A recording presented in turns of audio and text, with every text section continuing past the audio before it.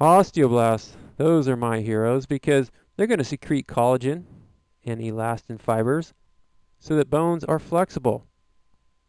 Think about it. If we didn't have those protein fibers, then you bump into a table and your bones shatter. Instead, we have protein fibers and cells that deposit a matrix of calcium, salt, and minerals, and that's going to harden the bone.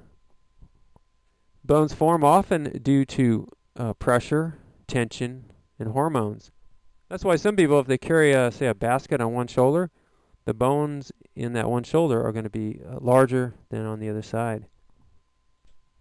Osteoblasts become isolated. They sort of paint themselves into a corner when they deposit that calcium matrix around themselves. They live in little cave-like areas called lacunae. That's plural, lacuna singular. Once the osteoblasts have surrounded themselves with that matrix of hardened calcium, they are no longer as active, and they're called osteocytes.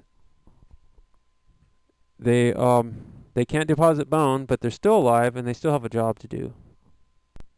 Osteoclasts, these are the bad guys, I call them, because they're going to break down small bits of bone and release calcium, phosphorus, magnesium, and other nutrients into the bloodstream. Why does this happen? Well, let's say our mineral levels in the bloodstream drop and our body can't function without calcium and mineral salts in the bloodstream, so we borrow it from the bone. Osteocytes, I mentioned these guys, they don't deposit bone, but they're alive. They're kept alive through these tiny canaliculi that transport nutrients and waste to other osteocytes. So if you look at this diagram, you'll see thin canals that are in the mineral matrix. And so the result is a ring pattern around a central canal. And the central canal is where blood and nerves are located. And then the materials from them are going to radiate out to the osteocytes through the canaliculi, keeping those osteocytes alive. Bone initially forms from the periosteum, and that starts way back when we're an embryo. And this outer coat is going to stimulate the osteoblasts. Let's keep it straight, right? There's three kinds of osteos: osteoblasts, osteocytes, and the bad guys, osteoclasts. So the osteoblasts are going to become active and start depositing bone. Eventually, the cartilage in our bones are replaced with, or they're ossified. And what I'm trying to say here is that, we begin really springy. Like, if someone drops a baby sometimes, which seems tragic, and it is not, it's not a good thing. But the babies often don't break any bones because many of their bones are still cartilage. Human growth hormone, often just called GH or HGH, it is going to maintain the epiphyseal plates so that they stay as cartilage, which is what we want when we're growing, because it's these plates that allow bone elongation to occur. And it's like a race. Okay, the osteoblasts are depositing bone, but then the epiphyseal plates are going to kind of stay out ahead, and so over time the bone elongates or grows long. But as we reach our late teens, there's a decline in the amount of GH, and finally the osteoblasts catch up to the cartilage. They're going to infiltrate the epiphyses, and now we have a bony structure without any elongation occurring. Bone remodeling. I've sort of described this, but now we're going to put it into effect. When we have parathyroid hormone, PTH, in the bloodstream, it's going to trigger bone remodeling cells. And these are the osteoclasts. And if you recall, those are the guys that I don't like, because they're going to break down bone and release the calcium, phosphorus, and other minerals into the bloodstream. PTH is often released in response to low levels of calcium in the bloodstream. High concentrations of calcium in the bloodstream, fortunately, are going to shut this feedback loop off. So if you take a look at the diagram for a moment, let's start at the top. Let's say you have low calcium concentration in your bloodstream. Maybe you just don't eat much, consume much dairy, and you're exercising, or you're very active, and your blood titer, or your blood concentration of calcium is low. Then your body says, whoa man, we can't function this way, let's release some PTH. And now the osteoclasts are going to start pulling calcium from the bone until there's enough calcium in the bloodstream, and the body says, okay, we're good, calcitonin's released, and hopefully the osteoblasts get back to work and start to deposit calcium back in the bone. Joints. There is a synovial joint, and that's what most people think of as a joint.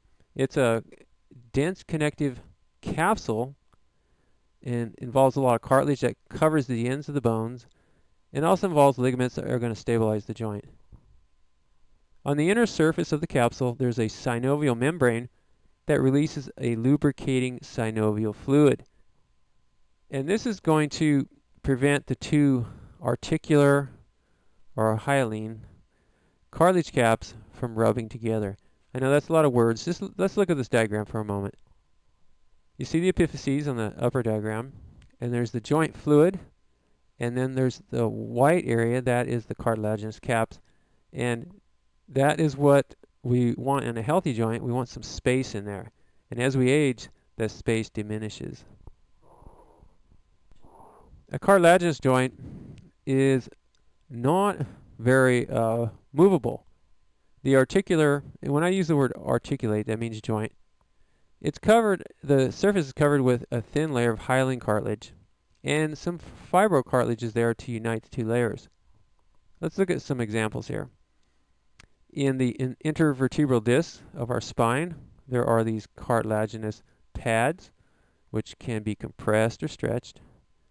Also, if you look at the sternum, its attachment to the ribs is through a fibrous cartilaginous joint. There is some movement there. Fibrous joints don't even seem like joints because there's no spacer capsule. We do have a fibrous connective tissue that's going to unite the two articulating surfaces. For example, a fibrous joint that holds teeth in the bony socket, or sulcus it's called. Not much movement there. Or how about the plates of a fetal skull? These are called the fontanelle plates. They're joined by fibrous joints, and the reason for this is so that the plates of the skull can overlap during childbirth, and every mother's glad that that happens because the skull is a little bit smaller as it passes through. There's a soft spot in the fontanelles for allowing some of this overlap. And then later on, that dense fibrous connective tissue is going to ossify, become hard, and it won't seem like a joint at all. Osteoporosis, I've sort of described this without giving a name to it. This is when blood calcium concentration drops below normal and PTH stimulates osteoclast activity. So it's a review, but now we have a name, osteoporosis. Usually starts out as osteopenia, and then gradually, over time, we have that negative feedback loop. Your skeleton's like a bank account, and you need to deposit as much bone as you can while you're young, because when osteoporosis occurs faster than the osteoblast can deposit bone, then gradually we lose bone mass. We can accelerate it by smoking, being inactive, and if our diet is deficient in calcium, that makes sense, right? Without the calcium, then our osteoclasts are going to get busy. If there's not enough vitamin D and GH, and also, if you're thin people have to be a little more aware of the dangers of this disease. Heavier people, because their body mass is pulling and tugging on those bones almost constantly, they can enjoy usually large, robust skeletons. So it's one advantage of being overweight. Carpal tunnel. This is when you have a inflammation. It's probably easiest if you just look at this diagram. There's a median nerve that runs through a cavity between the wrist ligament and the underside of the carpal bones. Carpal bones are the bones of the wrist. When there's pressure on the tendons, now this diagram doesn't show the tendons, but what's going to happen is the tendons become inflamed and swollen, and then that nerve just keeps firing until the swelling subsides. And this may go on for months. Sometimes a cold pack or resting it will make a big difference. OI, which is osteogenesis imperfecta, fairly rare disease. It's when the collagen is defective. Now, I opened up this lecture talking about collagen and elastin fibers, and if those are not in the bone matrix, then the bones are very brittle, break easily. So that's the symptoms. These individuals tend to be stunted in their growth and many fractures. Osteosarcoma, if you look at the suffix there, sarcoma, think cancer. It is typically in long bones or in some of the large joints, such as the hip or knee, but it's a secondary spread. See, the cancer originated typically somewhere else, maybe the prostate or the breast, and it spread in the bloodstream and decided to set up in a bone. So usually a secondary spread. Prolapse discs, sometimes called a herniated or slip disc, but there's no slippage, although there is some herniation.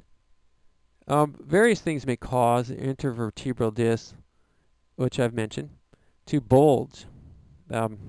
As we age, okay, those discs are going to diminish in size, and they start to dry out, and it's just one of those things. As we get older, we have to protect our back. The bulge is going to put pressure on nearby nerves, and that's where the pain results. Now, this is not a typical source of lower backache for young individuals. That's typically erector spinae muscles. So this is more typical of someone who has really wrenched their back and caused some structural injury to it. Gout, you don't hear about it much, but it can be a serious sort of early warning of excess uric acid in the body. And these crystals are going to form. Uric acid, we want to urinate it out. It's a typical component of urine. But when too much uric acid accumulates in the body, then there's inflammation, such as at the base of the big toe. But some people get in the wrist or the elbow. And can you imagine those crystals in there causing all sorts of inflammation? And what are they going to do to the kidney nephrons? So if you start getting a swollen base of the big toe, and let's say you're over 40, it's time to go have it looked at. Summary here. Bone. It's a combination of elastin and collagen fibers in a calcium matrix. So it's hard, but it's also elastic. Osteoclasts are the good guys. They're going to deposit bone. They live in lacunae, and they become osteocytes. And osteocytes are kept alive through the canaliculi. They're connected to the central canal. There's compact bone, which forms in a ring-like pattern. When we're very young, in embryo, long before we can even remember, the periosteum, the outer layer, is going to stimulate the osteoblast to deposit bone. GH is also involved, especially in the epiphyseal plates, which is cartilaginous, until we're in our teens, and then the osteoblasts overtake the cartilage in that foot race, and now the bone stops elongating. Remodeling. We hope this doesn't occur too much, but after age 30, you sort of have to pay attention to these things, guys, because if your blood calcium level drops, then PTH, parathyroid hormone, is going to call out the osteoclasts. These are the guys you don't want because they're going to pull calcium and phosphorus and other minerals out of the bone and deposit it into the bloodstream. Now, if this went on forever, we would turn into like big earthworms, or our backbone would be dissolved. But fortunately, we have calcitonin hormone that is going to stop the process in a nice negative feedback loop. they're going to trigger the osteoblast to get back to work and deposit bone. But let me tell you, there are lots of these aerobic queens out here. There's research on these women, very athletic, very active, and very osteoporotic. They're losing bone mass. Okay, moving back here. Joints, there's three types. Synovial, which is what we often think of a joint, in a hip or a knee. It has that inner synovial membrane that's going to release a lubricating fluid to keep the cartilaginous pads from rubbing together. Cartilaginous joints are things like we find in the intervertebral disc, also that connect the sternum to the ribs. And finally, the fibrous joints that don't even seem like joints at all, and they are in the fontanelles of a fetus, also the sulcus or the socket of our teeth.